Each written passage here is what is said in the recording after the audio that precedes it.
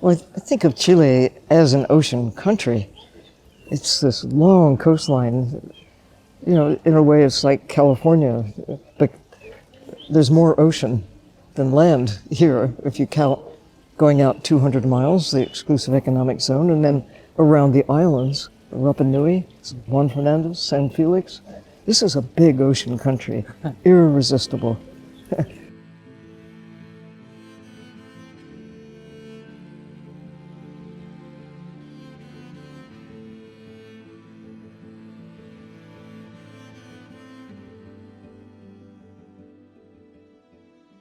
The idea of hope spots is not new. That is, we need to protect the ocean. And it's geographically, I'd like to say all of the ocean needs to be protected. But within it, there are special places with magnified significance. Places either that are in really good shape already, we need to keep them that way, or those that need help, need to be brought back to a better condition. There's hope. If we develop this network of places and communities, champions, people who will stand up and do what it takes to protect what remains and restore what is possible, there's hope for the world.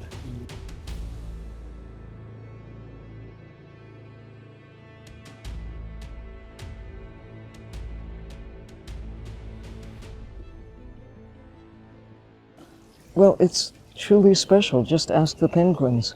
They've chosen that as a nesting area. It's one of the few places where the kelp really is strong and healthy. The communities are intact. You get a diversity of the sort that was here when Charles Darwin came, and in many places that diversity has been diminished. In many places globally, kelp forests, there are different kinds of seaweeds that make up what we call kelp, big brown algae. But the systems that tend to be in cold water have declined by at least half since I began exploring the ocean. Like they parallel coral reefs in a way, because about half of them are gone too, all within the time since the middle of the 20th century. What's going on here? This is the era that the geologists have identified as the Anthropocene, when our impact on the planet is so great that it is having measurable geological consequences. Our impact, literally written in stone, in the layers. Part of it is the soot and all of the other materials generated by burning fossil fuels. Another is, what are these plastic materials? They weren't here before, any time in the past, the middle of the 20th century. The loss of species, it's discernible in the geological record in the past when there's a turning point of some sort. Now here it's happening on my watch. My roots, my beginning was in the era known as the Holocene. That's where all previous human history was written. Now we're in a new era, this since 1950. So it's being a witness to this extraordinary time of change. But at the same time, we know why it's happening. Imagine if we did not know. Imagine if we thought there's nothing we can do about it, this is just the way things are. No, we know what to do. We're the cause, and we're the cure.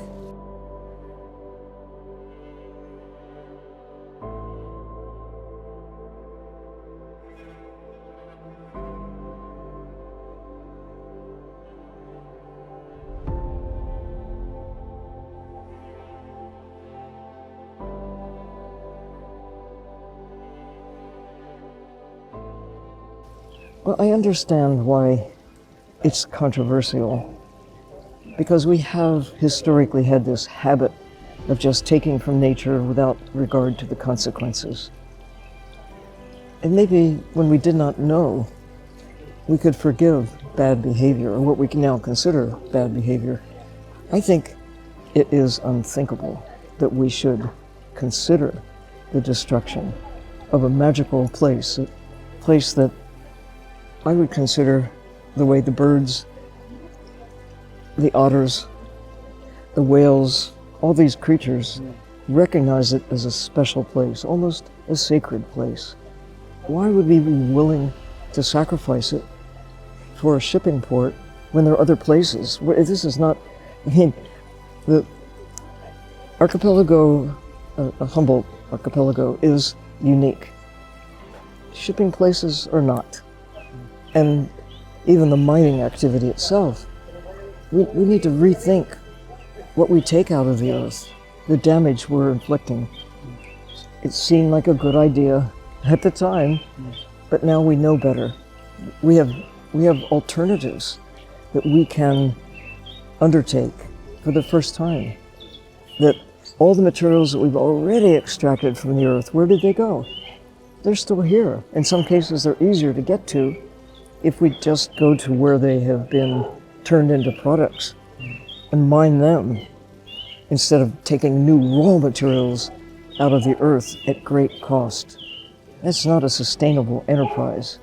It's just a one-way activity with destructive consequences. I hope wisdom prevails. I hope the sense of coincident with this Congress of the future, we take that to heart. I hope the decision makers take it to heart. If we're thinking about the future, we won't destroy the future. We won't destroy something we can't replace. These systems, we look at it and say, it's about the whales, it's about the kelp, it's about the locos, but it's really about us. It's about the next generation who may or may not have the ability to go dive in a kelp forest or to enjoy the oxygen that is generated by these systems if we have so diminished them that they aren't doing what they now can do, are doing, to contribute to a favorable climate, capturing carbon, generating oxygen, maintaining the diversity of life that keeps the planet safe. We're really at a crossroads, and it'll be, I think, cause for concern if the decision favors destroying this place in the name of the economy, because the real benefits, the true economic benefits, come from a healthy planet, healthy systems. And we can look at the short-term gains and say, but look at the jobs, look at the money. Or you can look at the loss of a system that you can't replace. If you try to restore what will be lost, we can put a lot of money behind it, but we still can't succeed. It's like burning the Mona Lisa. We can bring the paint back, but we can't bring back what makes these amazing intact systems.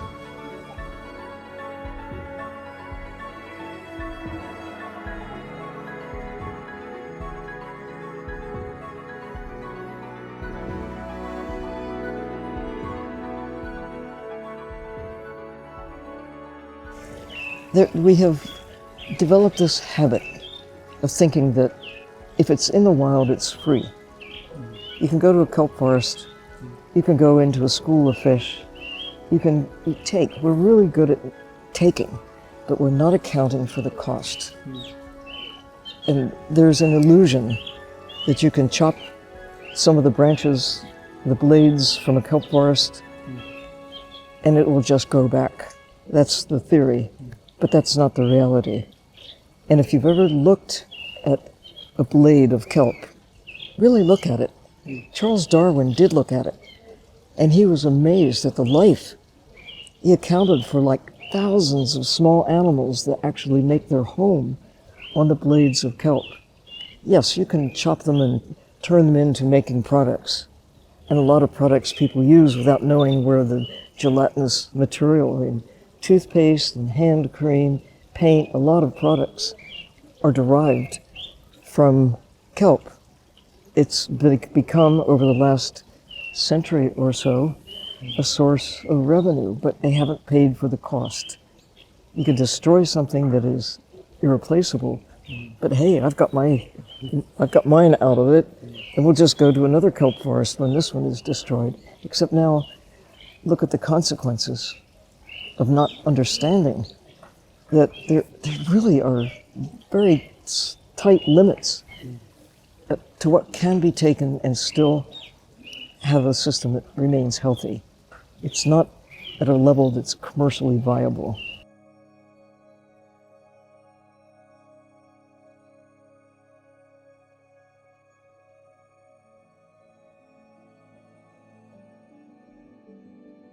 I came to Juan Fernandez Island in San Felix, off the coast of Chile. It's part of Chile. Yeah. In 1965, and I had a chance to swim along the coast of Chile, the mainland coast, in that same time, 1965, and then came back in 1968. Think about what the world was like. That's when beetles were the mania, where they still are. But the world has changed so much, and it is less intact than it was then. There are far more fish then. There are far fewer fish now, far more people now. In fact, when you think about it, fewer than 4 billion. We didn't reach 4 billion until 1980. Now we're 8 billion. So our numbers are going up, but the numbers of creatures in the wild are diminished. And consider the great loss of tuna, of sharks. 90% of the sharks are gone. The tunas, maybe 10% remain from that time. We're really, really good at finding, capturing, and marketing wildlife from the ocean. But if we keep going, there won't be tuna, there won't be sharks. And you say, oh, well, we can restore them. Yeah, how do you do that? Give me as much money as you want. Give me $1 trillion. I cannot make even one tuna or one kelp plant. You have to protect what remains if there's any hope of restoring health to the planet.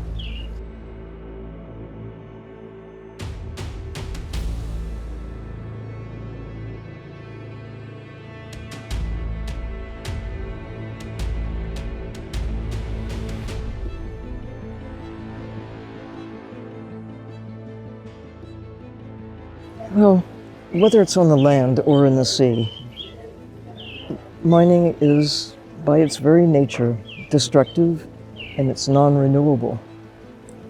We need, I'm not alone, I've been saying this. People have been saying it now for decades. What we take out of the earth should be used again and again and again. Copper doesn't go away. We put it in this form, we can put it in another form, and then reuse it again in another form. It's not true with some things. It's not usually true of plastic because it keeps changing. But copper is a basic element, and we can merge it with other elements as alloys, and sometimes that provides some problems about how do you recover the raw copper. Whatever it is,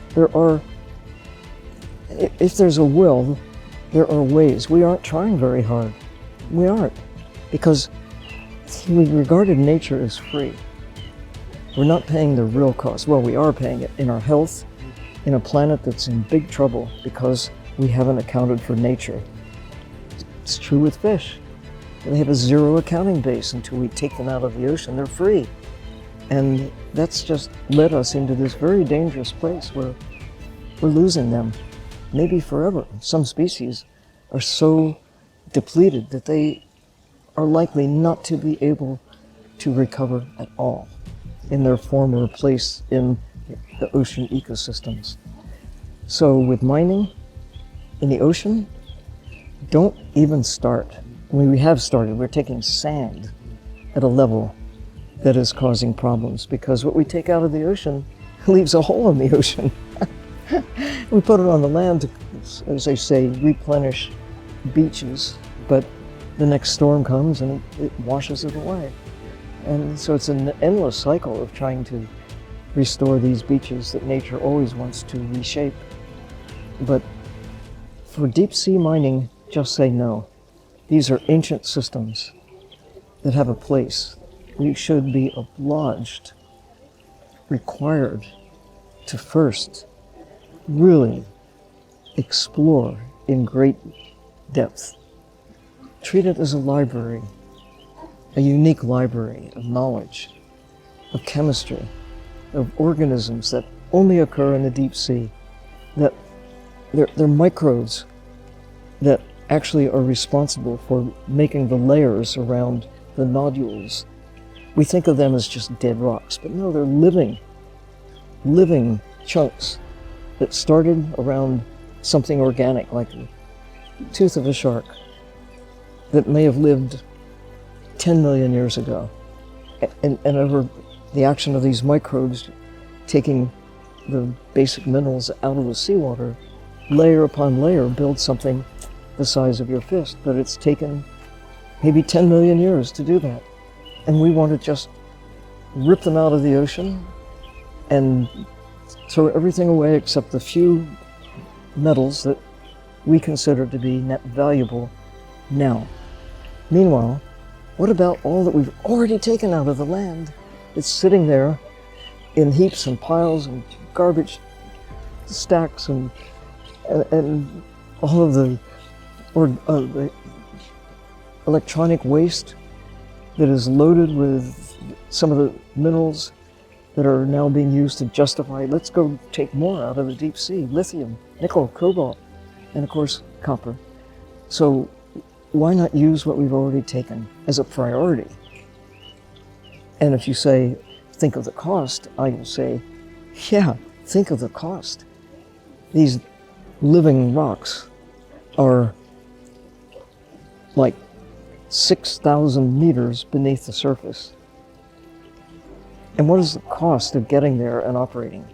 That's one thing. The other is, how do you put something back, this living library of knowledge? The answer is you cannot. It's just sacrificed forever. If you're thinking about the future, you just wouldn't go there at all.